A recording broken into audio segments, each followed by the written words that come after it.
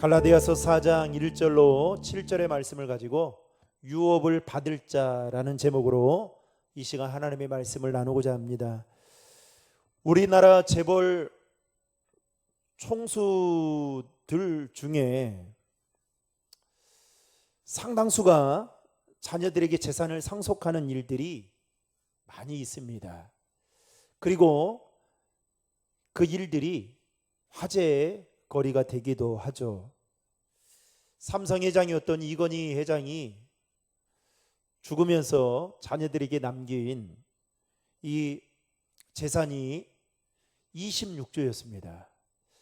그 중에 자녀들이 내야 될 상속세가 12조였습니다. 여러분 놀라지도 않네요. 12조예요. 12조.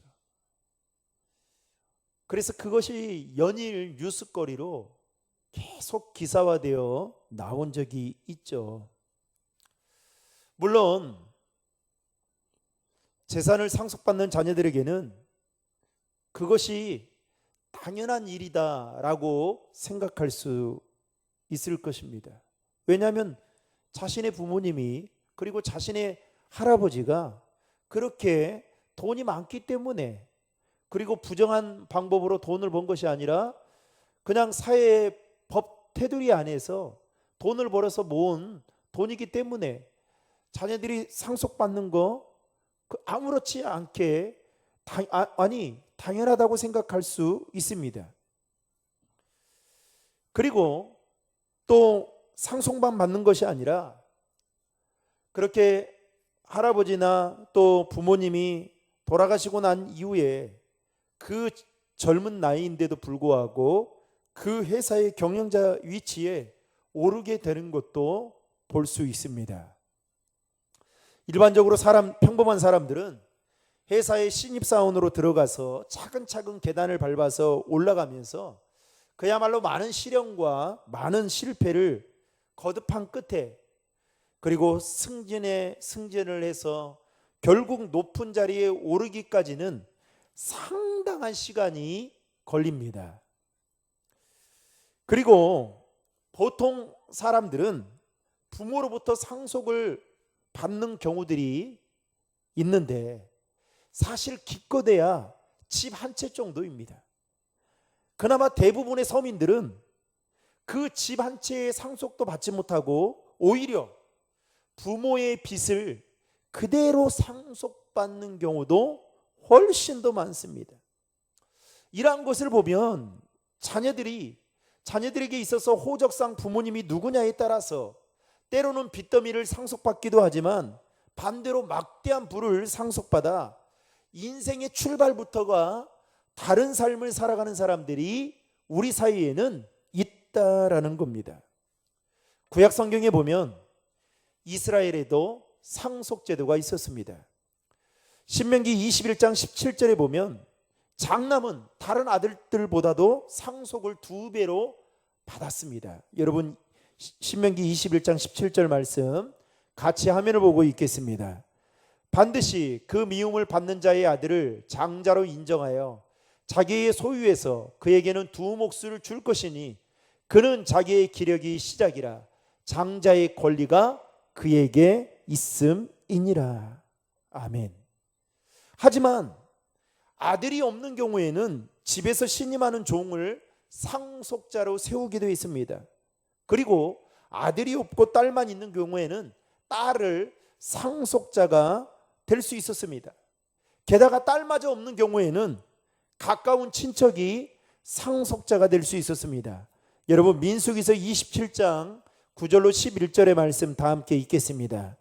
딸도 없으면 그의 기업을 그의 형제들에게 줄 것이요 형제도 없으면 그의 기업을 그의 아버지의 형제에게 줄 것이요 그의 아버지의 형제도 없으면 그의 기업을 가장 가까운 친족에게 주어 받게 할지니라 하고 나 여호와가 너 모세에게 명령한 대로 이스라엘 자손에게 판결의 규례가 되게 할지니라. 이처럼 유대 사회의 상속 제도는 딸 그리고 종들에게까지 상속 대상을 확대한 것은 그야말로 매우 이례적인 획기적인 일이라고 말할 수 있습니다. 그런데 여기에도 한 가지 제한된 규정이 있었다는 것입니다. 그것은 바로 아무리 장자로서의 상속의 우선 대상이라 할지라도 아직 그가 성인이 되기 전까지는 상속자의 권리를 절대로 행사할 수가 없었다는 겁니다. 그러니까 성인이 되느냐 안 되느냐가 너무나도 중요하다라는 것이죠. 유대 사회에서 12세의 성인식을 거행하는데 우리나라는 여러분 성년식을 언제 해요? 20세가 되면 하잖아요. 그래서 대학교 2학년 때 하잖아요. 그런데 이 유대 사회는 12세의 성인식을 하는데 그 성인의식을 마치고 성인이 되기 전에는 그가 상속을 받을 수 있는 아들이라 할지라도 노예나 종의 신분과 전혀 다를 바가 없었다는 사실입니다. 오늘 본문을 보면 여러분 이것을 머리에 두고 오늘 본문의 내용을 잘 오늘 눈여겨봤으면 좋겠습니다. 오늘 본문을 보면 그가 후에 상속받는 자라 할지라도, 이게 장남을 이야기하던가 아무튼 상속받는 자들을 이야기하는 거겠죠. 아직 성인이 되기 전에는 학식이 뛰어난 노예 출신의 가정교사인 후견인이나 또는 주인의 재산을 관리하는 청직의 감독과 보호를 받아야만 한다라고 말하고 있습니다. 여러분 1절과 2절의 말씀을 같이 읽겠습니다. 내가 또 말하노니 유업을 이을 자가 모든 것의 주인이나 어렸을 동안에는 종과 다름이 없어서 그 아버지가 정한 때까지 후견인과 청지기 아래에 있나니. 이처럼 성년이 되기 전에는 상속자로서의 권한을 갖지 못했기 때문에 어떻게 해요? 그들은 성인이 되기 전까지 가정교사인 후견인이나 아니면 주인의 재산을 관리하는 청지기의 감독과 보호를 반드시 받아야만 했다라는 겁니다. 그리고 그 성인식을 거행하는 그 날까지 잘 기다리고 있어야만 되었던 것이죠. 여러분 당시 성인식은 이러한 의미가 있습니다. 단순히 그냥 나이가 들어서 하는 축하의 자리의 의미를 떠나서 앞으로의 모든 재산을 관리할 수 있는 그 자격과 함께 이제는 자신이 모든 일에 대한 책임을 져야 된다라는 막중한 책임감이라는 그 사명이 그에게 상속을 받는 자에게는 반드시 뒤따랐습니다. 바울은 이 유대 사회에 일어나는 이와 같은 간섭에 빗대어서 오늘 3절에 보시면 예수를 믿으면서도 할례와 율법을 지켜야만 구원을 얻는다라고 거짓 주장하는 자들의 주장을 반박하고 있는 것을 보게 됩니다. 3절의 말씀 다 함께 읽겠습니다. 이와 같이 우리도 어렸을 때에 이 세상의 초동학문 아래에 있어서 종노릇 하였더니. 지금 바울이 갈라디아 성도들에게 뭐라고 이야기하는 거예요? 여러분 지금 바울이 왜 갈라디아 교회 성도들에게 이와 같은 말을 하는지 아십니까? 유대주의자들이 그 안에 들어와서 너희들이 구원을 받기 위해서는 할례를 받아야 되고 율법을 지켜야만 구원을 받을 수 있다라는 아주 그럴싸한 말에 갈라디아 교회 성도들이 넘어가게 된 것입니다. 사실은 구원은 무엇을 통해서만 받는 겁니까? 믿음을 통해서만 받는 거예요. 여러분 인정하십니까? 구원은 믿음을 통해서만이 받을 수 있는 거예요. 그러면 믿는다는 것은 무엇을 믿는 거예요? 예수님께서 내가 죄인이다라는 사실을 인정함과 동시에 그 예수님께서 나의 죄를 대신해서 십자가에 못 박혀 죽으시고 그 죽으신 예수님이 사흘 만에 부활하셔서 이제는 나와 함께 하시고 그것을 믿는 거, 그리고 내 인생의 주인이 된다라는 것을 믿는 거, 이게 믿음 아니겠습니까? 그런데 여러분 봤잖아요.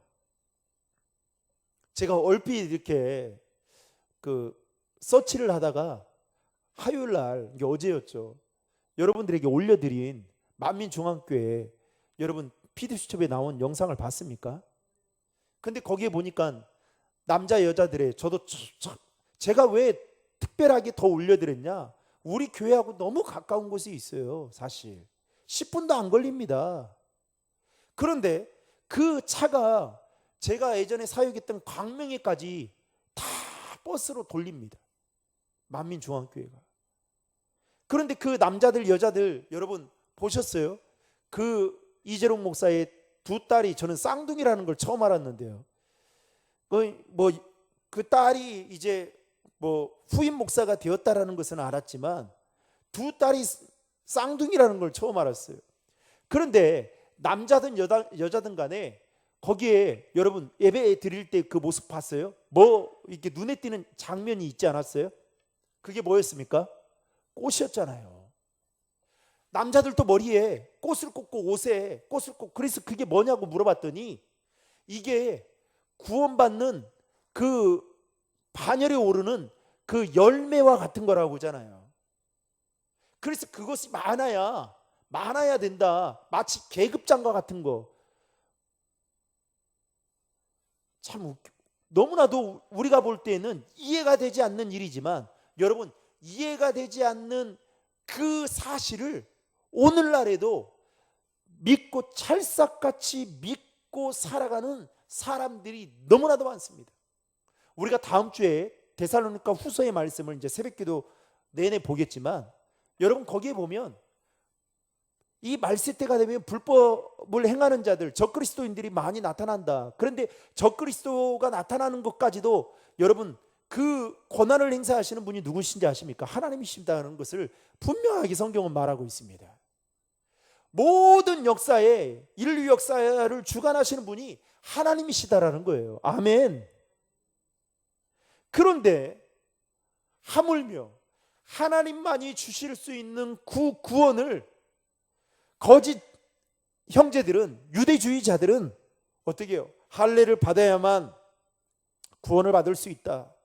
율법을 지켜야만 구원을 받을 수 있다라는 그럴싸한 논리로 갈라디아 교회 성도들의 그 믿음을 송두리째 흔들리고 있는 것을, 흔들어 버리고 있는 것을 보면서 바울은 안타까워하면서 오늘 뭐라고 말을 하냐면 3절에 너희도 어렸을 때에는 그 초등학문 아래에, 여러분 거기 초등학문은 뭘까요?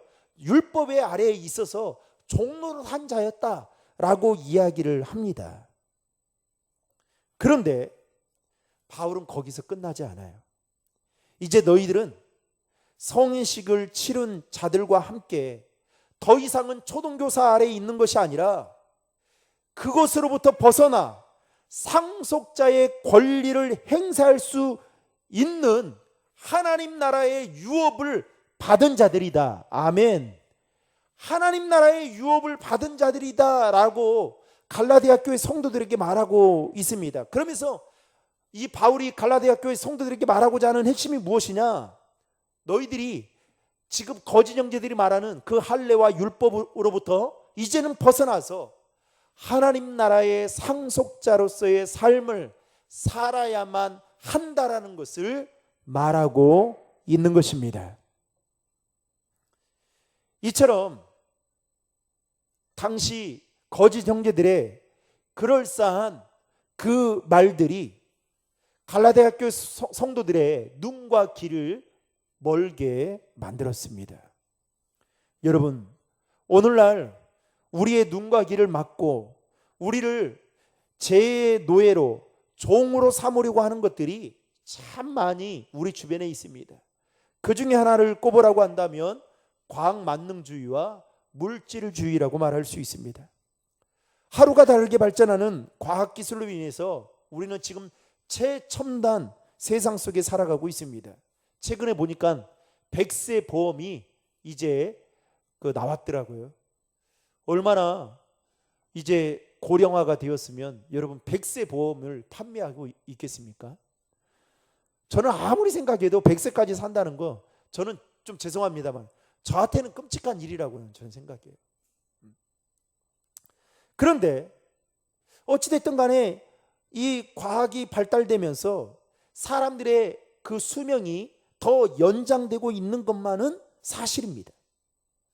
그런데 여러분, 모든 문제가 과학기술이 발전함에 따라 해결될 것이다 라고 생각하고 과학을 신봉하는 사람들이 있지만, 여러분, 중요한 것은 과학기술이 아무리 뛰어난다 할지라도 해결하지 못하는 문제가 있다라는 겁니다. 생명의 문제, 사랑의 문제, 나눔의 문제, 이것들은 과학기술이 뛰어나다고 해서 해결할 수 있는 일이 아닌 것입니다. 그럼 그뿐만 아니라 오늘날 많은 사람들이 물질 만능주의에 사로잡혀 있습니다. 물질이 제일이라고 생각해요. 그래서 어떻게든 돈 많이 벌면 내가 세상 속에서 으르렁거릴 수 있다. 또 누군가로부터 인정받을 수 있다. 그래서 악착같이 돈을 모으고, 그리고 돈을 어떻게든 많은 돈을 가지려고 몸부림을 칩니다. 그런데 여러분, 그 겉모습이 화려해 보이고 그리고 대단해 보인다 할지라도 중요한 것은 인간을 진정으로 성숙하게 하거나 또는 구원에 이르게 할 수 없는 초등학문과 같은 것이 바로 과학기술이고 물질 만능주의라는 사실입니다. 그래서 바울은 골로새서 2장 20절과 21절에 골로새 교회 성도들에게 이와 같이 말을 했습니다. 같이 읽겠습니다. 너희가 세상의 초등학문에서 그리스도와 함께 죽었거든 어찌하여 세상에 사는 것과 같이 규례에 순종하느냐? 곧 붙잡지도 말고 맛보지도 말고 만지지도 말라 하는 것이니. 아멘. 여러분, 이 세상의 초등학문과 같은, 다시 말하면 우리를 성숙하게 하거나 우리를 주님 앞으로 인도하는, 또 우리를 구원받게 할 수 없는 이 세상의 초등학문의 여러분 맛을 보게 되면 어떻게 되는지 아십니까? 주님과 멀어지게 되어 있어요. 여러분, 너무 과학을 신봉하면 이성이 철저합니다. 자기가 보지 않는 것은 절대 믿으려고 하지 않습니다. 여러분, 물질에 빠져 있으면요, 여러분, 이 신앙생활 하는 데 있어서 얼마나 우리에게 불편함을 많이 가져다 주는지 몰라요. 왜요? 성경은 그렇게 말하고 있지 않거든요. 물질에 집착하라, 물질을 소유하라, 이런 말을 하고 있지 않아요. 그래서 오늘 사도 바울도 골로새 교회 성도들에게 그 세상의 초등학문에 너희가 그리스도와 함께 죽었다 이미. 그런데 어찌해서 세상에 사는 것과 같이 그거에 순종하며 사느냐? 이게 바꿔 말하면 무슨 말입니까? 아니, 거짓 형제들이 너희에게 말하는 할례와 율법, 그거 지킨다고 너희들이 구원받을 수 있느냐? 그거 아니다라는 거예요. 한마디로 세상적인 가치관과 초등학문인 율법이 우리를 구원할 길이 전혀 없다라는 것을 지금 바울은 갈라디아 교회 성도들에게 힘을 주어 말을 하고 있는 것입니다. 그래서 하나님의 아들 예수 그리스도께서 이 세상에 오셔서 우리의 모든 죄의 문제를 속량하기 위해서 십자가에 못 박혀 죽으신 것이다 라는 이 사실을 바울은 말하고 있는 것입니다. 게다가 바울은 이것으로 끝나지 않고 예수님께서 십자가에 못 박히신 것은 우리로 하여금 아들의 명분을 되찾게 하기 위해서 자신의 몸을 드리는 엄청난 대가를 지불하시고, 심지어 우리를 자녀, 양자로 삼으셔서 하나님의 영광스러운 자녀가 되었기에 이제는 우리가 하나님을 향하여 아빠, 아버지라고 부를 수 있게 되었다라고 갈라디아 교회 성도들에게 말하고 있습니다. 여러분, 5절과 6절의 말씀 다 함께 읽겠습니다. 율법 아래에 있는 자들을 속량하시고 우리로 아들의 명분을 얻게 하려 하심이라. 너희가 아들이므로 하나님이 그 아들의 영을 우리 마음 가운데 보내사 아빠, 아버지라 부르게 하셨느니라. 여러분 잘 보세요. 지금 우리가 예수님이 십자가에 못 박히기 전까지는 우리가 어디에 있는 거예요? 율법 아래에 있는 자들이었습니다. 그런데 예수님께서 십자가를 통해서 우리의 죄를 속량해 주셨어요. 그 일로 말미암아 여러분 5절에 보면 우리로 뭘 얻게 했다고요? 아들의 명분을 얻게 됐다는 거예요. 그래서 우리가 그 다음 뭐라고 말합니까? 너희가 그 다음 뭐라고 말해요? 너희가 아들이라고 말하잖아요. 그러면서 너희가 아들인 것을 하나님의 영, 누구를 말합니까? 성령님을 우리 마음 가운데 보내어서 6절에 보면 우리가 하나님을 향해서 뭐라고 부를 수 있다고요? 아빠, 아버지라. 여러분, 이 세상에서 우리의 마음을 움직이는 그런 단어들이, 여러 단어들이 있습니다. 뭐 사랑도 있고 그렇죠. 그런데 여러분, 부모라는 이 단어, 아빠, 엄마라는 이 단어가 여러분 그냥 힘들고 어려울 때 여러분 그 단어만 생각해도 힘이 날 정도로 얼마나 좋은 단어예요. 그런데 뭐라고 말해요? 율법 안에 있던 우리를 이제는 아빠, 아버지라고 부를 수 있는 그 하나님 나라의 자녀로 우리를 삼아 주셨다라는 거예요. 이것은 그야말로 하나님의 놀라우신 축복이 아닐 수가 없는 것입니다. 우리가 사는 이 세상에도 여러분 자신의 아버지가 부귀와 명예, 권력을 가지고 있으면 그것이 자녀들에게까지 고스란히 어떻게 해요? 이어지게 되는 것을 보게 됩니다. 예컨대 대한민국 남자라면 다 가는 군대도 여러분 재벌 총수들의 자녀들은 어떻게 해요? 때로는 안 가는 경우도 또 있잖아요. 그만큼 파워가 있고 그만큼 힘이 있는 거예요.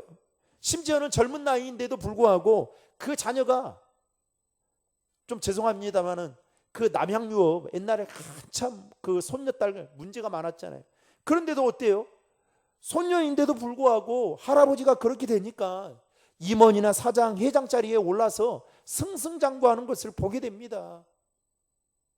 하물며 천지를 지으시고 전능하신 하나님께서 우리의 아빠 아버지가 되시고 우리가 하나님 나라의 상속자가 된 것은 여러분 엄청난 축복이라는 사실을 믿으시기를 주님의 이름으로 축복합니다. 그래서 7절은 이렇게 말합니다. 7절 같이 읽겠습니다.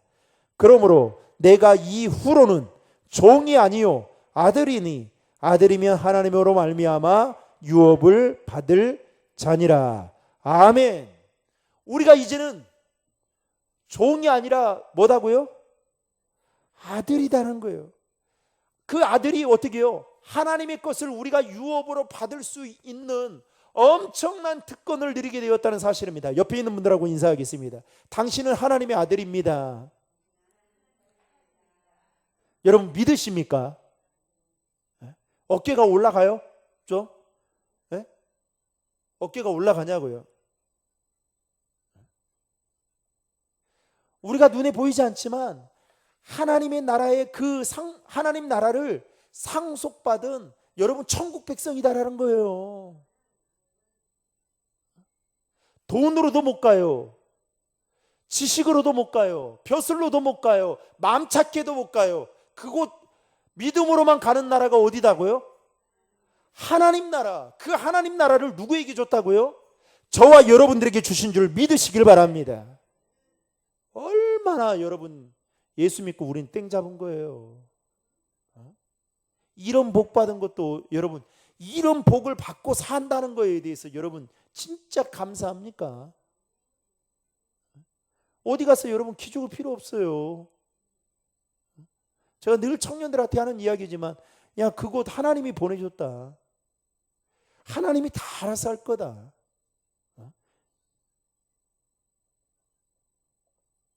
아니 그 회사가 안 쓰면 그 회사가 영안의 눈을 가지고 이 사람을 우리 청년을 안 뽑으면 그 회사가 손해 보는 거예요.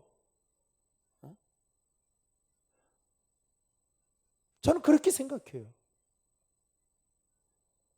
그래서 좀 죄송합니다만은 전 진짜 부러운 사람이 없어요. 진짜 부러운 사람은, 전 목사이지만 하나님과 영적으로 교통하는 사람, 전 진짜 부럽습니다. 그런 사람 부러워요. 여러분, 원래 우리는 율법과 죄의 노예였습니다. 종이었습니다. 죽음에서 도저히 건진받을 수 없는 존재였습니다.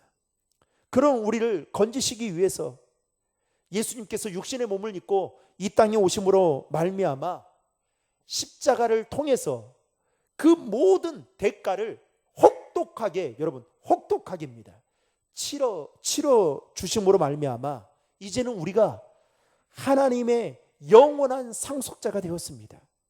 그리고 하나님 나라의 유업을 상속받은 자로서 이제는 우리가 어떻게 살아가야 될까요? 땅의 것이 아닌 하늘의 것을 찾고 하늘의 것을 생각하며 하나님 나라의 백성으로서의 삶을 살아가야 된다라고 말하고 싶은 것이 바로 바울이 갈라디아 교회 성도들에게 갖고 있었던 마음이었습니다. 여러분, 골로새 3장 1절과 2절의 말씀을 다 함께 화면을 보고 읽겠습니다. 그러므로 너희가 받았으면 위의 것을 찾으라. 거기는 그리스도께서 하나님 우편에 앉아 계시느니라. 이의 것을 생각하고 땅의 것을 생각하지 말라. 근데 여러분, 화면을 잘 보세요. 거기에 보면 이의 것을 찾고 이의 것을 생각하고 땅의 것을 생각하지 말라고 하는데 그 앞에 조건이 하나 있습니다. 왜 우리에게 이렇게 말하는 이유가 있다라는 거예요. 그 이유가 뭘까요? 너희가 누구와 함께 살리심을 받았다고요?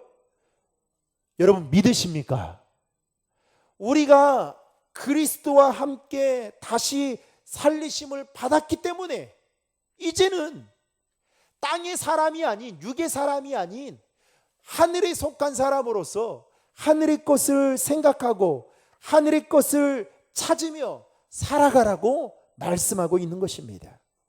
바울은 갈라디아 교회 성도들에게 이제는 더 이상 율법 아래에, 즉 율법의 지배를 받는 종의 인생으로 살아가기보다는 하나님 나라의 상속을 유업받는 자로서 존귀하게 하나님 나라의 백성으로서의 삶을 살아가기를 원하는 마음을 가지고 오늘 갈라디아 교회의 성도들에게 이와 같이 권면했던 것을 오늘 말씀을 통해서 보게 됩니다. 사랑하는 성도 여러분, 바울의 이 마음이 저와 여러분들을 향한 하나님의 마음임을 기억할 수 있기를 바랍니다. 따라서 남은 3일 동안도 저와 여러분이 하나님 나라의 유업을 받은 자녀로서 믿음으로 살아가는 하나님 나라의 백성답게 이의 것을 생각하고 이의 것을 찾으며 살아가는 저와 여러분 되시기를 주님의 이름으로 축원합니다.